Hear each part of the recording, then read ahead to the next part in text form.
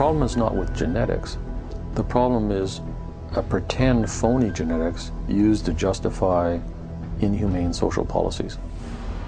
Au début du XXe siècle, bien que n'étant qu'une théorie sans preuve, l'eugénisme s'était répandu dans près de 30 pays, tels que l'Angleterre, le Brésil, le Mexique, la Suède, la Russie et surtout aux États-Unis, où la stérilisation forcée était alors très courante. Eugenics movement in Germany was somewhat different than the eugenics movement in the United States in that there were many more physicians and psychiatrists. Alfred Ploetz was one of the pioneers in the German eugenics movement and how to control the population of those whom he considered inferior. In 1905, along with his brother-in-law, Ernst Ruden, he established the first organization for racial hygiene. Alle Nationen haben sich mit einer außergewöhnlich großen Menge an minderwertigen, schwachen, kranken und Verkrüppelten abzugeben. Durch kluge Gesetze über Sterilisation würden wir auch in der Lage sein, den vernünftigsten Weg der Zeugung herbeizuführen. Hitler était particulièrement impressionné par l'eugéniste américain Madison Grant. L'ouvrage de Grant, La disparition de la grande race, fut proclamé par Hitler comme sa Bible privée. Dans son livre Mein Kampf, Hitler saluait l'eugénisme comme la science qui rebâtirait la nation allemande. Körperlich oder geistig gesund ist, dem ist es nicht erlaubt, seine Krankheit an seine Kinder weiterzugeben. Das Recht auf persönliche Freiheit wird durch seine Pflicht, die Rasse zu beschützen, eingeschränkt.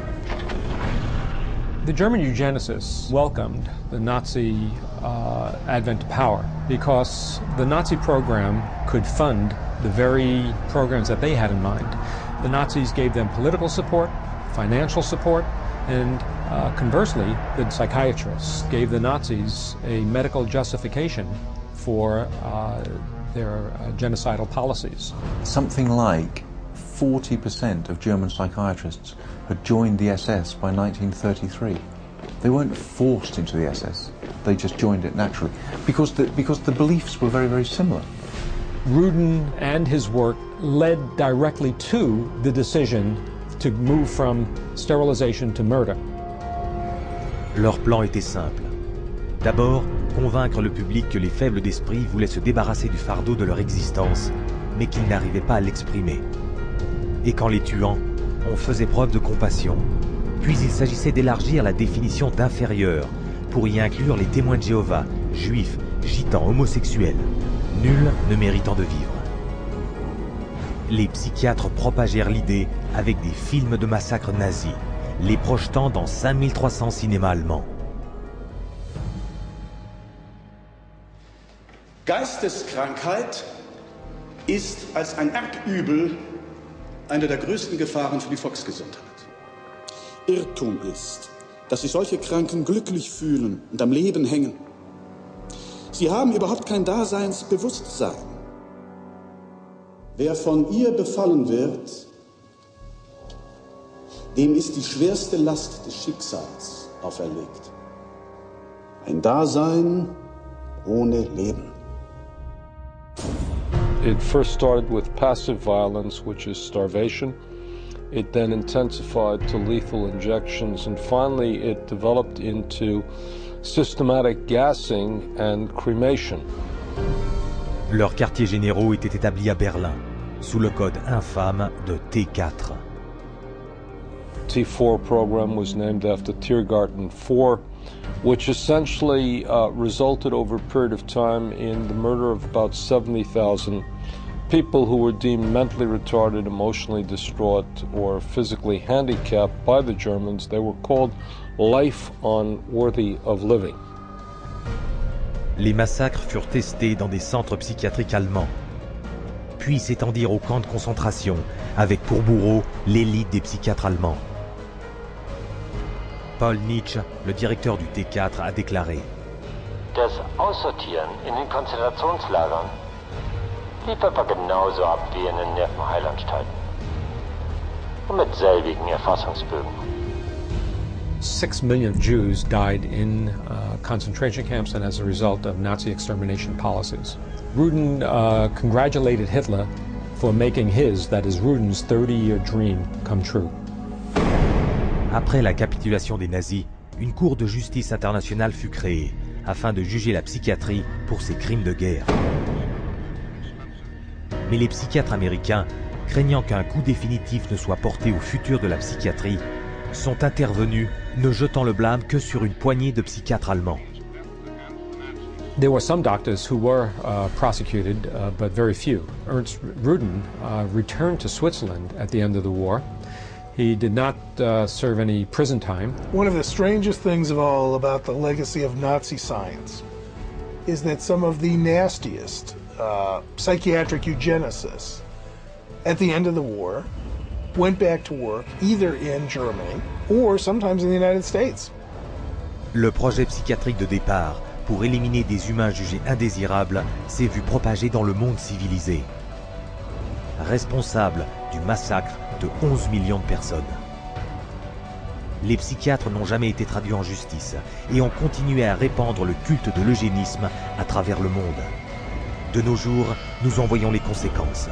Racisme, misère humaine et conflits sociaux interminables.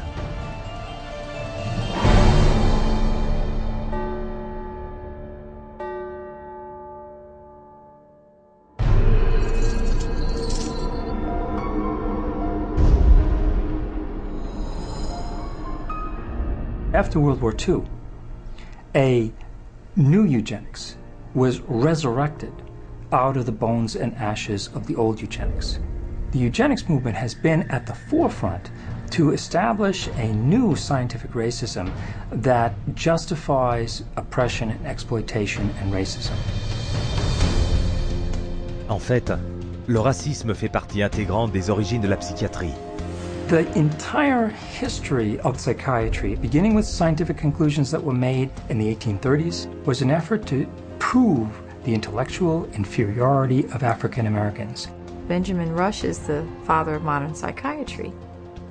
And he is the one that gave us the term nigritude. He said that all blacks have inherited this disease. And this particular disease, it caused them to be inferior. In addition to that, it was the reason why it was very important that blacks remain segregated and separate from whites so that whites did not inherit this disease. Affirmant que la négritude était une forme de lèpre, Rush justifiait la ségrégation comme étant une nécessité médicale. Et cela devint l'argument pour maintenir l'esclavage.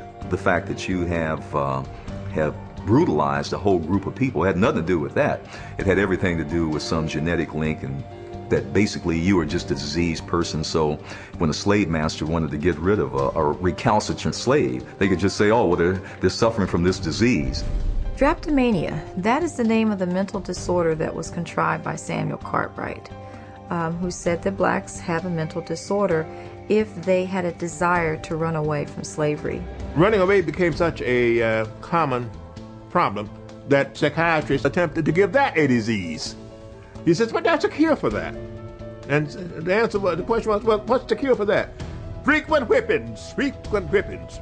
You'd be surprised how that disease clears up when the lash is put in place of their excuses. Après l'abolition de l'esclavage, le racisme psychiatrique a continué et s'est intensifié.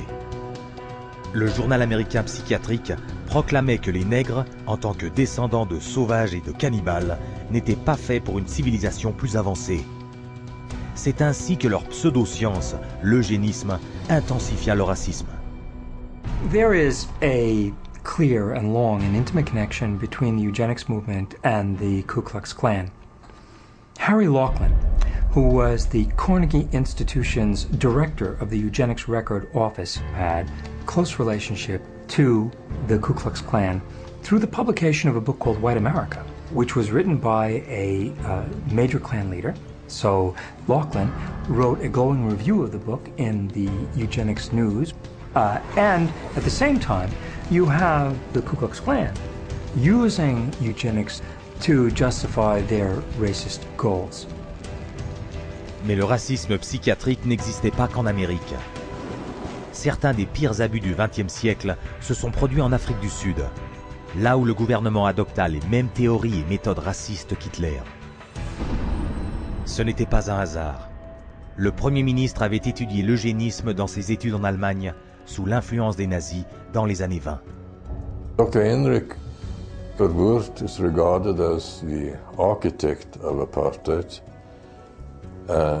He saw South Africa as a divided state with whites, blacks and brown people living in totally separate areas, with black people having no rights whatsoever. L'apartheid fut l'occasion pour les psychiatres d'ouvrir des hôpitaux psychiatriques partout dans le pays, qui n'étaient en fait que des camps de travaux forcés. These places operated under a private